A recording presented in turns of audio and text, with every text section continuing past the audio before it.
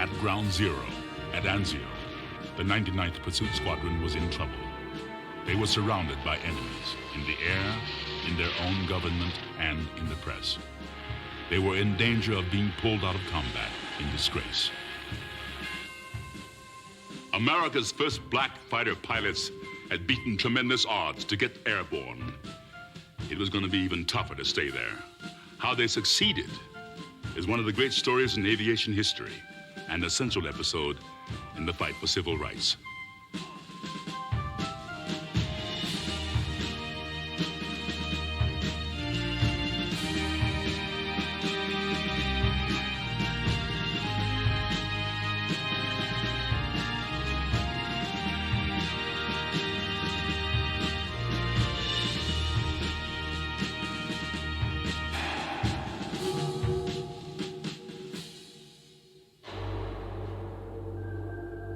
The 20s and 30s were the golden age of flying, if you were white. As a matter of fact, people today talk about the good old days. There weren't any good old days. These were the bad old days. There were no blacks in mainstream aviation. Among the air gypsies or barnstormers, there were a few. The life of an air gypsy was exciting and cruel. They usually ended early and violently. They flew for the glory of flying. The very first black barnstormer was a lady. Bessie Coleman was born in America, but earned her wings in France. In 1926, she was back in the States, only to meet the fate of so many other air gypsies. Opportunities in civilian flying were few. In the military, there were none. Since World War I, flying had become the glamour job of the armed forces, and blacks just weren't getting those glamour jobs. They were allowed to fight with rifle and bayonet, but not to pilot the wonderful new flying machines. But, like everybody else, they could still dream. My father put me in an airplane in 1926 out here at Bowling Field. He paid $5 to a barnstormer. The father of the young Ben Davis was a remarkable man. He was the only black colonel in the Army, on his way to becoming the first black general. But even more remarkable is where he had started. You know, he was commissioned as a second lieutenant of cavalry in 1901. And how was he commissioned? He was an enlisted man in the 9th Cavalry. He had taken an examination for regular Army commission. His superior officers had thought well of him and had passed him on to a regional board at Fort Leavenworth, Kansas, where he had impressed that board. And to everybody's surprise, my surprise even today, in 1901, the War Department recommended to the White House that he be commissioned as a second lieutenant, regular Army of cavalry. Imagine any officer of any color rising from buck private to the rank of general. I don't know how he achieved it, actually. It's one of the greatest achievements that I can remember anybody having made, and he made it. But the brilliant officer had perhaps risen too far, too fast. Like any red-blooded cavalryman, and he was, in fact, an accomplished horseman, Davis wanted to command troops, but blacks were forbidden to command white troops in the 20s. Davis was confined to desk duty and teaching for most of his career, and this embittered the general and his son.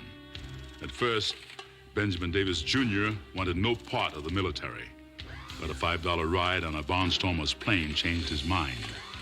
I didn't want to be a teacher. I could have been a teacher. I could have been a doctor, a lawyer, if I'd wanted to. I didn't. I wanted to be a pilot. He might as well have wanted the moon, and he had an ambitious plan to get it. Even the Army Air Corps would not turn down a black West Point graduate who was qualified and wanted to fly. And that is the only way I thought it was possible for me to go to pilot training. At the time, West Point had one single black cadet who was shortly to wash out. No black, in fact, had graduated from West Point in this century. Congressman Oscar DePriest from Illinois wanted this record improved. I moved to West Point from Ohio so that I would be eligible for him to appoint me. He appointed me, and I entered West Point on 1 July 1932. Davis soon learned why few blacks had succeeded at West Point. From his second day on, he was accorded the notorious silent treatment. He was ostracized. His fellow cadets wouldn't speak to him, wouldn't even acknowledge his existence. The feeling that was made apparent to me was that West Point wasn't for black people. The silent treatment was effective psychological torture. Few endured it for very long. Davis endured for 4 years, all the way to graduation. Money and influence don't mean anything, whereas character and capacity mean everything. Well, that didn't apply to black people either. So, I was glad to be graduated, glad to leave. Davis left West Point, its first black graduate of the 20th century. But with triumph came a bitter disappointment. 1 year earlier, he had applied for pilot training. And it came back disapproved by the chief of the Army Air Corps with the stated reason that there were no black units in the Army Air Corps and they didn't intend to have any. But the Army Air Corps didn't have the last word. The black press and liberal politicians did. By the late 30s, they were calling for a squadron of black fighter pilots. They saw the air as the testing ground for racial equality.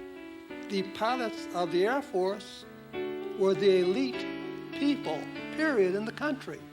The pressure was on to place young black men in that company. They, too, will have to be recognized as the elite of the society. The Great Experiment, it was called, because so many believed it would never work. Nobody believed. Believe me, nobody believed that black people were capable of flying airplanes. The approach of the war was accelerating many military projects. This experiment included. By 1938, it wasn't so much a question of when, but of where. A base in New Jersey was proposed. So was Moffett Field in California. Both declined. Neither could or would bear the additional air traffic. Finally, the decision was made to build an original airfield dislocated near the small town of Tuskegee, Alabama. Why build a facility for blacks in the deep South? Some say it was intended to be one more obstacle to the program. In Tuskegee, failure would be certain. Others say it was to minimize negative publicity. In Tuskegee, failure would be obscure. The great experiment, it seemed, would be conducted in secret. As the airfield neared completion, a young West Point graduate was attached to it. This tall, erect, handsome black officer appeared in the door of my cabin. And he was a soldier. He was a soldier, and I think he was the right man, right place at the right time. Davis was about to undergo flight training. He would also take command of the newly designated 99th Pursuit Squadron. His dream of becoming a pilot was coming true. The Right Stuff popularized the image of the fighter jock. These were privileged young men who drove fast sports cars, partied all night, then went up at dawn in their high-powered fighter planes. So goes the image of a fighter pilot in Hollywood. In Tuskegee, it was very different. But the Tuskegee Airmen, without question, had the right stuff. It's said that the 99th Fighter Squadron was probably the best educated squadron in the history of the Air Force.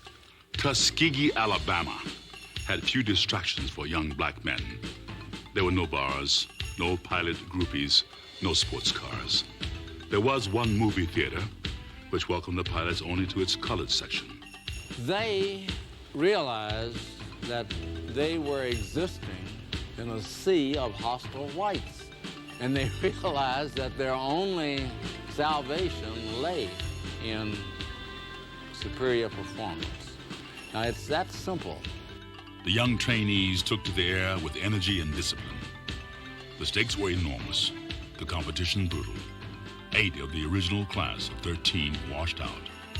On 7 March 1942, 5 Lone Eagles received their wings at Tuskegee. It was an historic day. The job remained, however, for the 99th to prove that it was capable of performing successfully in combat. Mid-1942 saw the Allies gearing up for the liberation of Europe. While the British hunted the desert fox in North Africa, the 99th awaited combat assignment. While they waited, they trained. By spring 1943, with North Africa secured, Allied planes began to strike at Sicily. Meanwhile, the 99th arrived at a rear area in North Africa and awaited combat orders. All the time they waited, some 2 months, they trained. By the time they arrived at a forward position, they had logged an astronomical number of hours in the air, but not 1 minute in combat. Nobody really believed that though these pilots had demonstrated that they could fly airplanes, that they could fly airplanes successfully in combat. The 99th finally saw action out of Tripoli. They struck across the Mediterranean to hit targets on Sicily. They strafed airfields. They performed surgical bombing on military installations. These tactics may sound familiar. They were said to have won the Gulf War. But in 1943, there was no glory in strategic bombing. These are not glamorous assignments. You don't get headlines. They flew the P-40 Warhawk, made famous by the Flying Tigers. It could take a lot of punishment. You could come home with holes in the wings. I even once landed with holes in the coolant on this thing. The P-40 was without question a good airplane. And about the only complaint that we had about it was its altitude capability. Its altitude ceiling made the P-40 a sitting duck for the Germans. The Messerschmitt 109 could always strike from above and out of the sun. The only solution was a new plane, the P-47 Thunderbolt. It had the altitude. It gave the pilot confidence that the 8 caliber 50 machine guns would destroy anything immediately that they hit. The P-47 was a real war horse, but then came a racehorse, the P-51 Mustang. This really was the airplane that all of us loved even more than the P-47. But it was a pilot flying the P-40 that gave the 99th its first aerial victory. On 2 July 1943, Charles B. Hall shot down an FW-190. General Eisenhower arrived to congratulate the pilot. It seemed the Tuskegee Airmen, too, had arrived. But then came hard times. More than 6 months passed without another victory. Meanwhile came the attrition of combat. The 99th lost several planes due to accidents and flak. They gained no victories because there were few opportunities. But bandits they saw were not eager to tangle. When they came in running, so to speak. They came in to do what they had to do, and they were gone. In World War aviation, the measure of success was enemy kills. By January 1944, the 99th had only one. Their lone victory was raising old doubts and prejudices. John Sloan quotes a high-level memo from the time. The Negro type does not have the reflexes nor the intellect to fly fighter aircraft. They have no discipline in the air. They scatter when they are attacked, etc., etc., etc. This memo was seen only by a few. An article in Time magazine was seen by the whole nation. Time hinted that the Air Command was dissatisfied with the performance of the 99th. They even asked, quote, "Is the Negro as good a soldier as the white man?" Unquote. Time called its article, "Experiment Proved." As the storm broke, Benjamin Davis Jr. happened to be in Washington. He had returned stateside to activate the 332nd Fighter Group. This all-black group was to include 4 fighter squadrons, including the 99th. Before getting his new fighters off the ground, he had to clear the air. Davis was called before Congress to defend the combat record of the 99th, amid rumors that the unit was about to be transferred out of combat. The 332nd, in fact, had just been issued a different plane, the P-39, an obsolete fighter unfit for combat. In other words, the word was already out that the 332nd was going to be assigned not to combat, but to patrol duty. Patrol duty was the grunt work of the air war. And anticipating nothing better, John Sloan shipped out with the 332nd. The date, 29 January, 1944. Word hadn't yet reached him of what had happened one day earlier. Beginning on the 28th of January, the 99th had become engaged in combat with German aircraft over the Anzio beachhead. It was probably the #1 air action that took place during the Italian air campaign.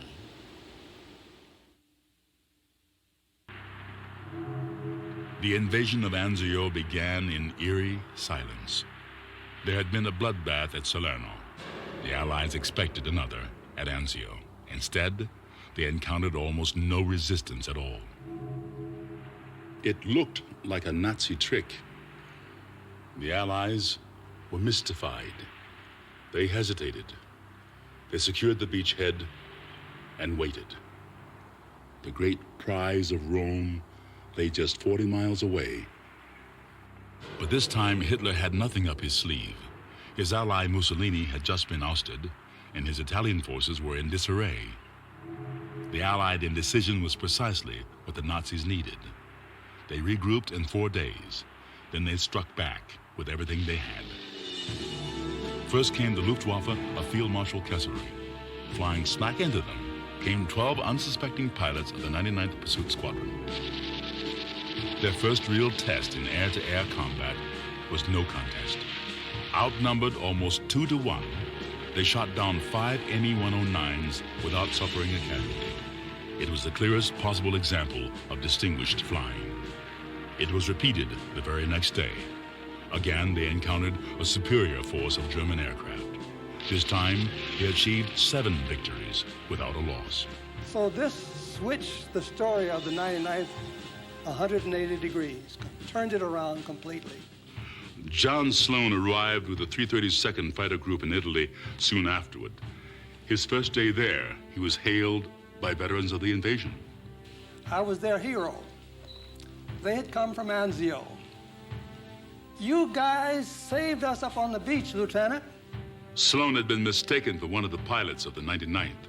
Curiously, his color and his clothes were now the marks of a hero. Of course, I was black. I had on a flight jacket and sunglasses. I was a pilot.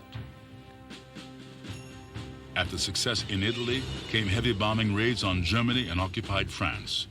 Soon the black pilots were assigned bomber escort duty, and they acquired a reputation. All fighter escorts were identified by the color of their tails, red in the case of the Tuskegee Airmen. These red tails, as they were called, were a welcome sight for any Allied bomber. The operations of the 332nd Fighter Group achieved the respect of all of the bomber crews and of the high command of the 15th Air Force. There are few perfect records in warfare, but the Red Tails had one. In all the escort missions flown by the 332nd, they never lost a single bomber. To a bomber pilot, a red tail on his wing looked as good as a 3-day pass. As the Red Tails approached Berlin, they encountered a new enemy. The Me-262 was the world's first jet fighter. It was faster and could fly higher than anything in the sky. Suddenly, the P-51s of the Red Tails were obsolete.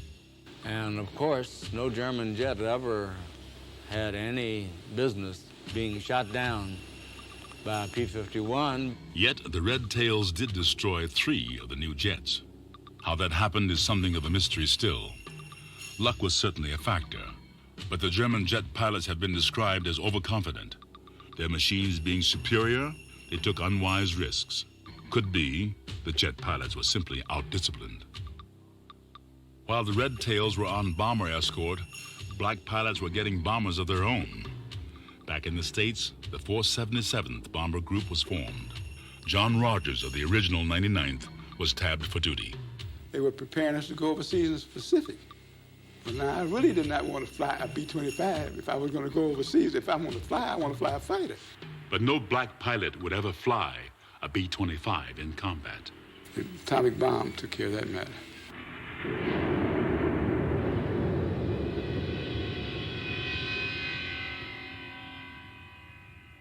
History's greatest war had come to an end. Her greatest homecoming came next. Millions paraded in New York, Chicago, San Francisco. But for many of America's returning heroes, there was the morning after.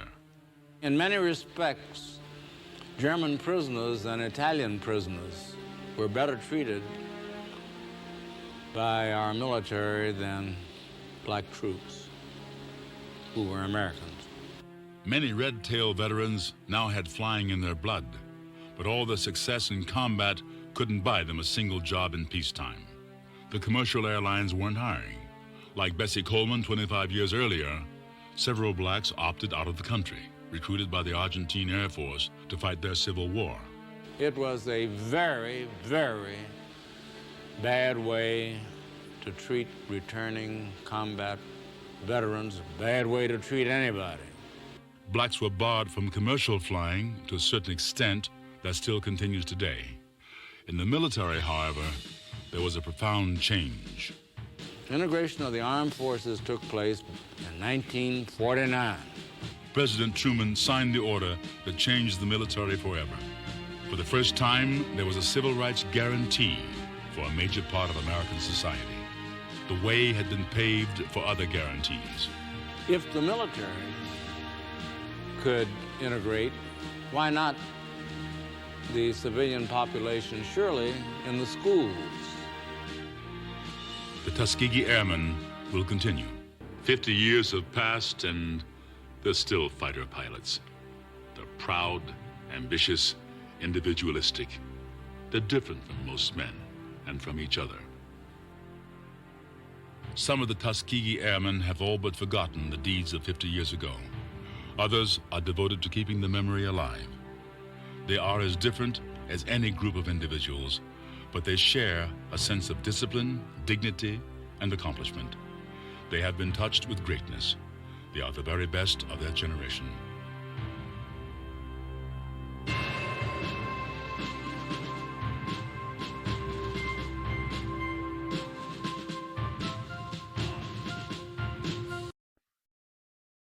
This video only raised one question and one question only, so please be 100% honest in the comments when answering it. That one question is, let me know in the comments, tell me everything that you can remember learning in school about the Tuskegee Airmen. Please share this video with anyone you deem necessary. And don't forget to like and subscribe to the channel.